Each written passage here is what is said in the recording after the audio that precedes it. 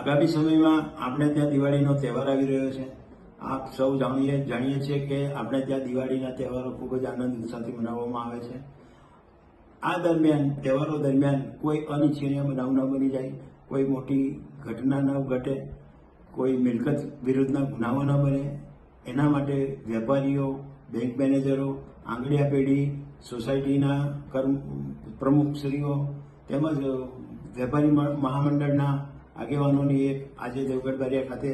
Meeting રાખવામાં આવેલી હતી અને દિવાળીના તહેવારો દરમિયાન ભીડભાડવાળી જગ્યાઓએ કોઈ મિલકત સંબંધી ગુનો ન બને, લૂંટફાટનો ગુનો ન બને, એ માટે જરૂરી તકેદારી રાખવા માટે બધા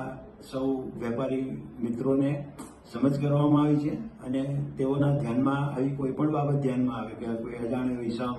કોઈક ડાઉટફુલ શંકાસ્પદ માણસની હિલચાલ હોય તો સ્થાનિક પોલીસ સ્ટેશને તાત્કાલિક જાણ કરી જેથી એને બનતા બનાવો નિવારી શકાય। તેમજ